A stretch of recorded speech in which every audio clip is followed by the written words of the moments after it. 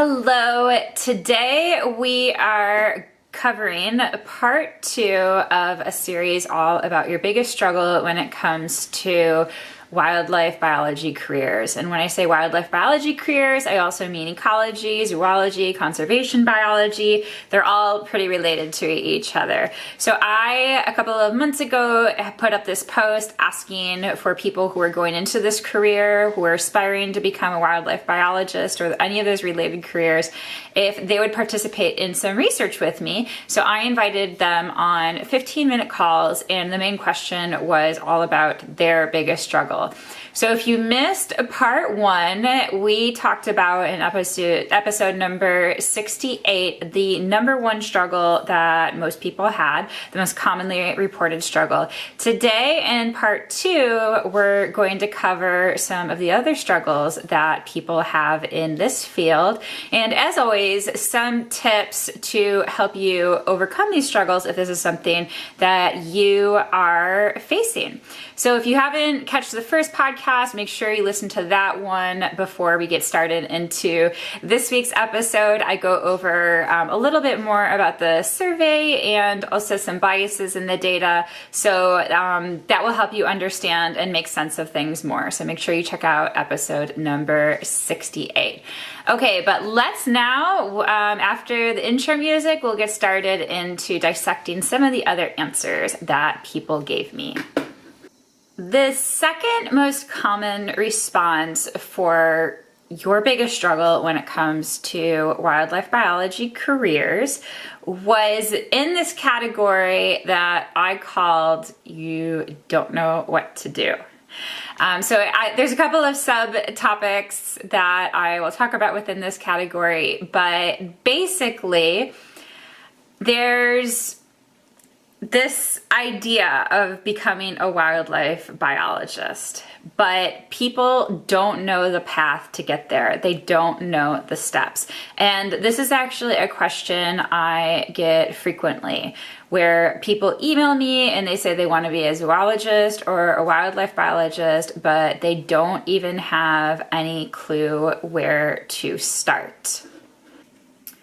And this is super common because there's not really a straight line to this path. So we know when you're growing up, you learn about different careers like medical school, like becoming a doctor or like becoming a lawyer, and you know the steps. You do pre-med, then you do medical school, then you do some sort of residency, and then you become a doctor, and the steps are kind of straightforward. For our path, it's really nebulous. Like, people don't really talk about it that much. When I was growing up, I talk about this a lot. All I knew of was Jane Goodall, and if you read her story, it was just kind of like a bunch of, like, not just lucky chances, but being in the right place, the right time, knowing the right people, and so much of that of our career is still true today.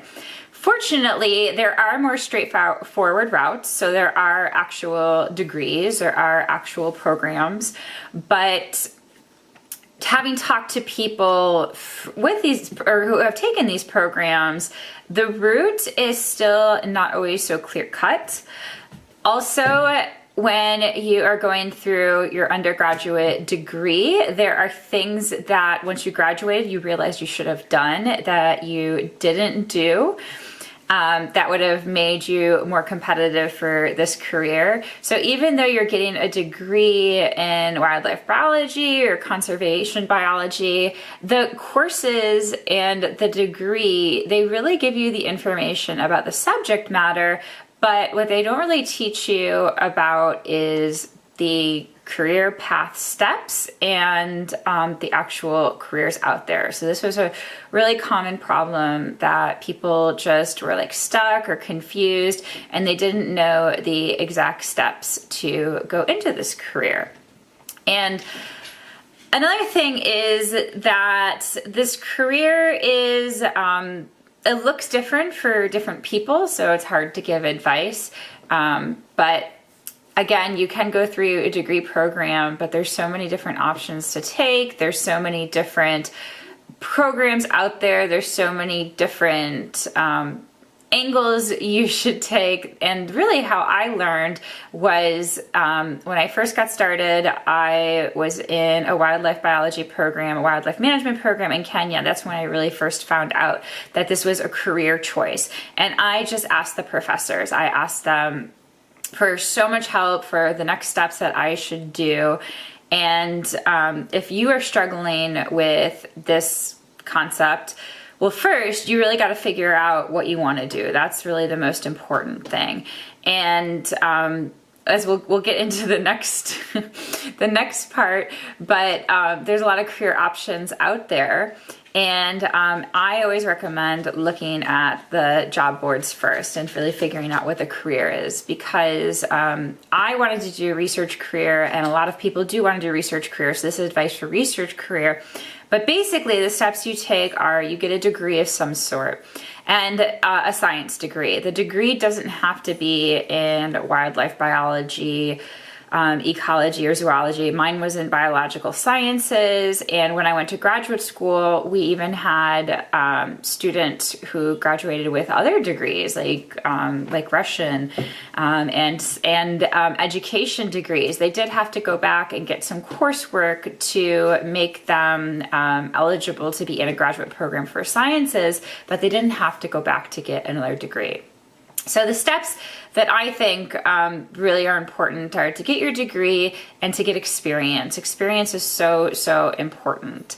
And I think it's more important than not necessarily your degree, but people worry so much about like where they go and the program. And in my opinion, the experience is really what matters. So you can get that through volunteering somewhere, through internships. Some schools have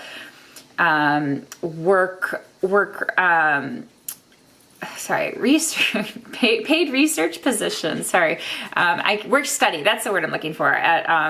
At the museum, we worked with North Carolina State University, and they had a work study program where you could work in a lab and get paid for it. So that's great for people who can't afford just to volunteer, because really volunteering in a lab is the really best way to get your foot in the door and get started. And then from there, you can keep making your decisions. If you should stop, I highly recommend people go and get their master's degree at the very least, especially if they want to go into a research career. There are just so many more doors available to you. And then for some people, you might want to get the PhD, but the PhD is a really serious consideration because it's a certain type of job that you get after a PhD. And I have a YouTube video and a blog post on this, on whether you should get a master's or a PhD, which one is right for you. I also go into this in depth in my book, Getting in a Job in Wildlife Biology, what it's like and what you need to know, because a lot of times people just follow these automatic program steps, and what you find is that will lead you on the career towards academia most likely, and it is not so easy to transition from that trajectory to other ones. So that is the general pathway for becoming a wildlife biology, and so many people just don't know what to do next. So really get in a program and get some volunteer experience. Get a mentor too. I am more than happy to be your mentor. I have a program that I just started. Having somebody who knows what they're doing, who has gone through the process, is so helpful. And for the past few years, I have actually hired coaches for different areas of my life, and this has made such a huge difference. So I highly recommend investing in yourself, investing in somebody who has what you want, and they will help you get that. Okay, this next category that falls within the don't know what to do is super important, especially if you are an undergraduate, if you are just starting out in this career. And this is something that happened to me, and it was really unfortunately refreshing to hear that it happened to other people as well, because I suspected that it was happening to lots of other people, but I didn't really have the evidence out there to know that. But this one is what I call a lack of insight on plausible career paths. So if if you read my book, or if you haven't read my book, I'll tell you right now, there's this whole center of like wildlife biology and science and research careers. But then there are these areas that are more tangential, and sometimes people confuse them with the core science careers. So for example, education, there's a lot of jobs out there on outreach or education or science communication, or creative things like photography and science filmmaking. Policy, law and policy is a big one. So these are all around the realm of wildlife biology. My dog is driving me crazy. He's squeaking a toy. These are all around the realm of wildlife biology, but they're not the straight science career. And if you want to learn more about what science is really like, as I mentioned before people have this perception of what they think science is, and it has changed a lot over the past few decades. At least, I mean, it's definitely changed in other fields, but it's definitely changed in our field, because if you think of like Jane Goodall, that's who I grew up thinking about. So much of the research back then was descriptive. Like there is this species out there, like chimpanzees, which are really closely related to us, and we want to learn more about them just to learn more about them. And kind of gone are those days. It's really, really hard to do natural history projects. And that is so much of what people think being a scientist, a wildlife biologist is like. Like you just go into the field and observe species, observe nature, take notes, observe their behaviors, and summarize these into some sort of report. And that's not really what science is. So it's really important for you to understand what the science research career is before you go into it.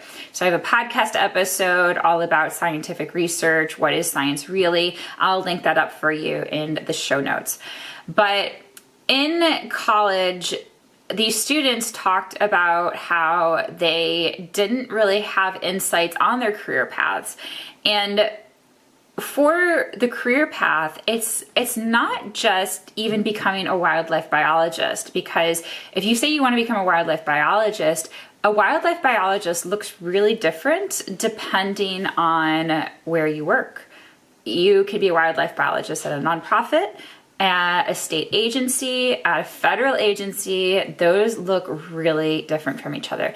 Even here in the United States, the Federal Agency for Wildlife, the United States Fish and Wildlife Service, is very different from a state agency. All of the wildlife in the United States is managed by each individual state, and most state agencies are almost completely, if not exclusively, funded from hunting and fishing licenses. So if you are somebody who really wants to work on, I guess, non-game species, then those jobs are fewer and far between in the state agencies. And they are there, things are changing, but by far and large, really the focus is on game species. So if you're like me, into mammals, if you get a job with a state agency, you are going to be most likely setting limits for hunting permits for, deer, fur bearers, other animals that people hunt. So if that's not something you're really into or you're comfortable with, that's something you should know going into this. So there's different nuances in the career types. As I mentioned, there's all those different career types. And then there's these different career workplaces too, which make things different. And you might need different skills and courses and experience to go into those. Another example is policy. When things were way less competitive decades ago, you could just get a degree in ecology. And I know somebody who did this, and I can put a link to her in the show notes as well. But she works for wildlife trafficking with the Wildlife Conservation Society. And I looked into her background. She gave a talk at NC State. It was a fantastic talk all about wildlife trafficking. And I looked into her background, and her dissertation was, I believe, on amphibians. And it was just kind of like a straightforward dissertation. There was no real wildlife trafficking involved in the dissertation at all. And so what I suspect is she got a job either at Wildlife Conservation Society or a similar organization and worked her way up.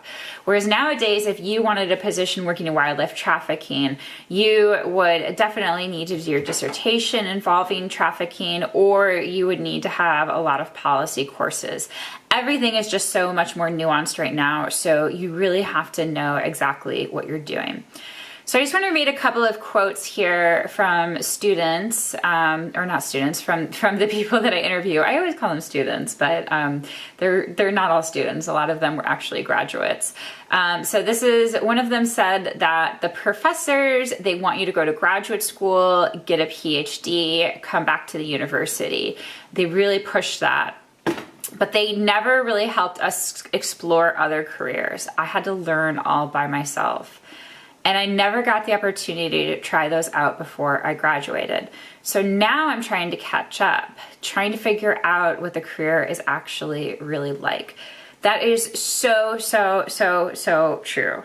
So, one of my tips for helping to combat that is similar to the last tip I gave you, which is you can try to get some experience in those different fields, mentor in those different fields, network with people. And if these are things that you all need help with, in my program that I mentioned that I launched about a month or two ago, and I've done it silently. I've really only been talking to people about it and inviting people in, but if it's something that interests you, please let me know. Please reach out to me. But we go over this in detail in what are the different careers like, how to figure out what that career is actually like before you get that career, how to network with people to get that career and to find the answers that you're looking for. So most professors, they actually don't know what the careers are like. And this is because they've only been trained in academia. So they've never worked for, a federal organization or a nonprofit. And this is like a really general, so there's always exceptions to the rule. There are a lot of professors who work alongside state agencies or, nonprofits. But most professors don't know what those career paths are like. And then a lot of professors, unless it's a new professor, they haven't been on the job market in a really long time. So they are not looking at jobs. The job market has changed a lot with the rise of social media. There's all these different science communication jobs that never existed before.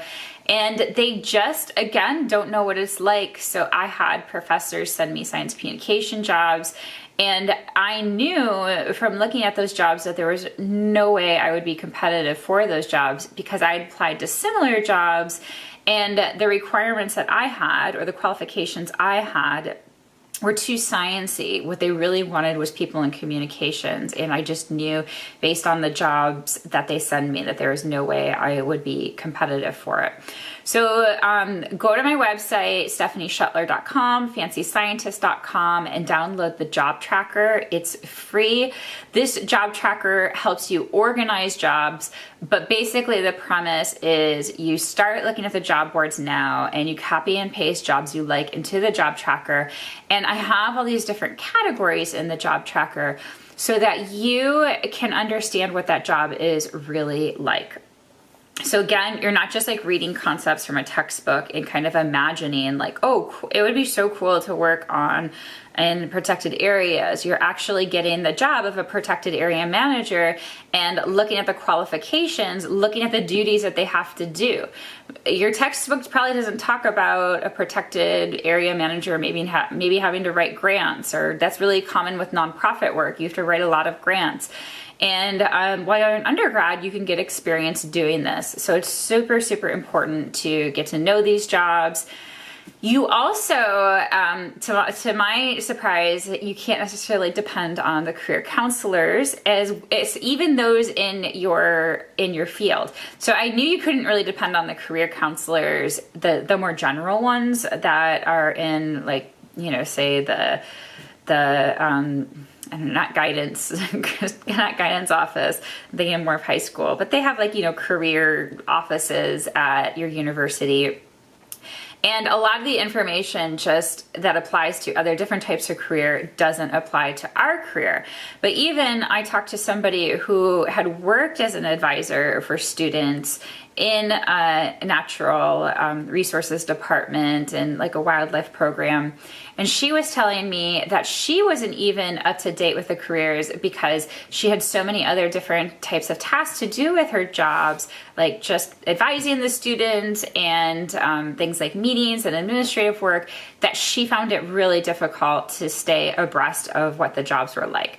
So this is unfortunately something that you need to work on yourself. Again, I can help you. If you get my book, this helps you a lot. My course, we go over this in depth, like super, super in depth, all the career types. We also have super fun exercises where you do like major soul searching, asking yourself deep questions to figure out what you want out of life. And like the student said, professors don't do this with you. They don't take the time to not only expose you to the different careers, but like really sit down with yourself and get at these probing questions to really figure out like what is it that you want out of your career and why too. A lot of people just don't sit down with the why. Another student said, again, they didn't know what path to take, and they said that they thought their professors gave a certain information, but it was outdated. So they were trying to figure out exactly what kind of jobs that they want the most. A couple of other different subcategories that revolved around this topic where students or people I interviewed, they thought they had too many options and they couldn't focus. Again, yeah, this is something that can be really overwhelming as well, because now it's super cool that we have all these options with things like social media and technology changing everything, but it's really hard to focus. Even choosing your research is really hard to focus. So again, like asking yourself these big questions. Maybe I'll do a freebie where I can get you to start journaling on some of these questions that will help you figure out exactly what you want to do, because the last 2 years I have been asking myself these questions and they have helped me so much. So much more than just like some of the career advice that I've been given, because again, you're sitting down with yourself and you're really figuring out. So the key with the too many options and can't focus is to really know your options well. And this is something I go over in my book. Read what they are, know what they are like. That will definitely help you eliminate some options rather than just having this like nebulous concept of what these options are. I also give you questions that you can ask yourself to see if these careers are right for you. In my book, I also have a flow chart that will help you decide between different career types as well. So these probing questions, you'll get to know yourself, and these are some of the things that can help you. Other things that can help you are getting experience. So this can be either legit experience as a volunteer or in a paid position. If you can't do that, you can get experience on your own as in citizen science projects. And this is something I go into depth into one of my podcast episodes, 3 tips for aspiring wildlife biologists at home.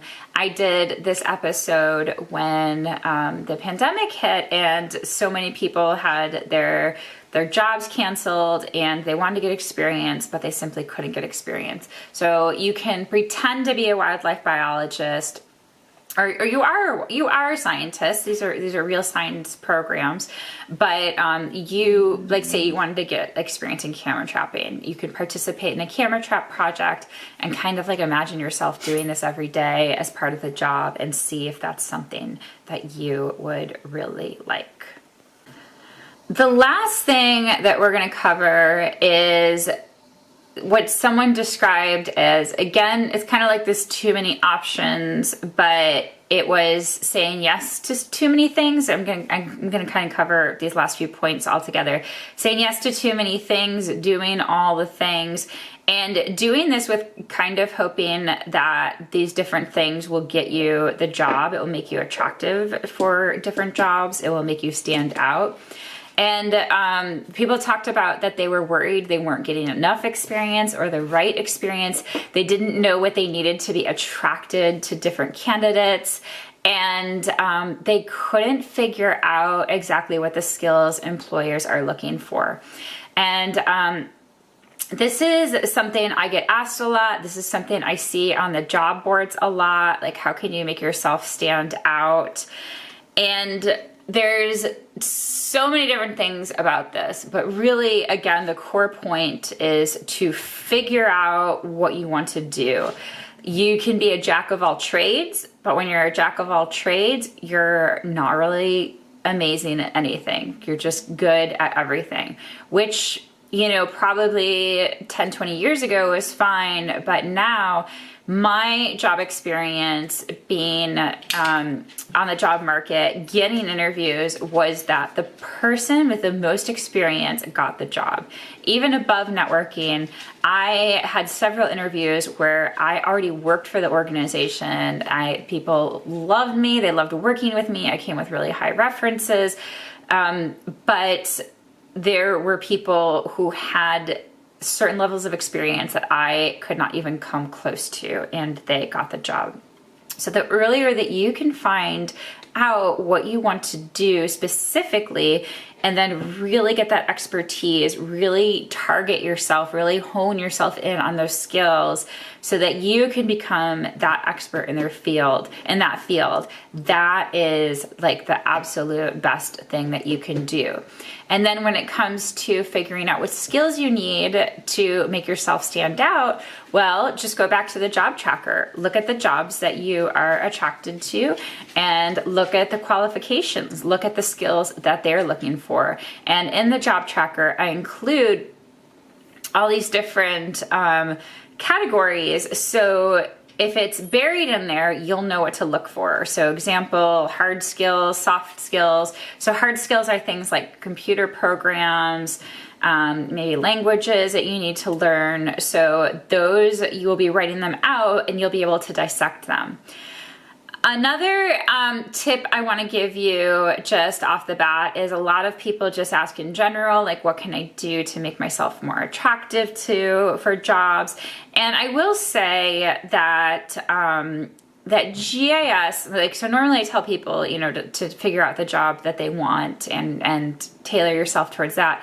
But I will say that GIS skills are pretty desirable for a lot of different jobs. So I would say if you invest your time in learning GIS, that would be a good investment of your time.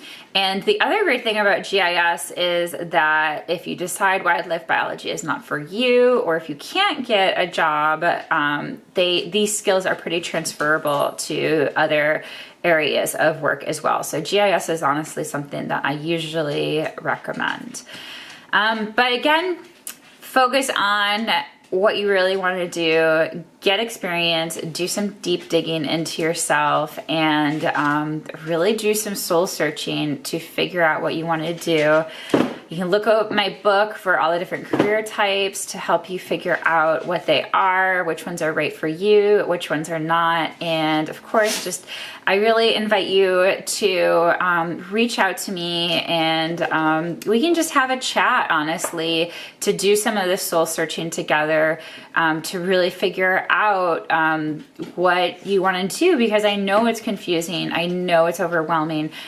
So I can be that mentor for you if you really don't have anyone else to turn to, and you really need somebody who has been through this experience. I absolutely have been through it. So I hope you found this episode helpful, knowing that there's so many people confused out there. If you're confused, you're not alone. I'm going to end it there because I've already talked for about a half an hour. And then the next episode, we're going to wrap up with the other answers for what people are really struggling with. It's a bunch of different answers.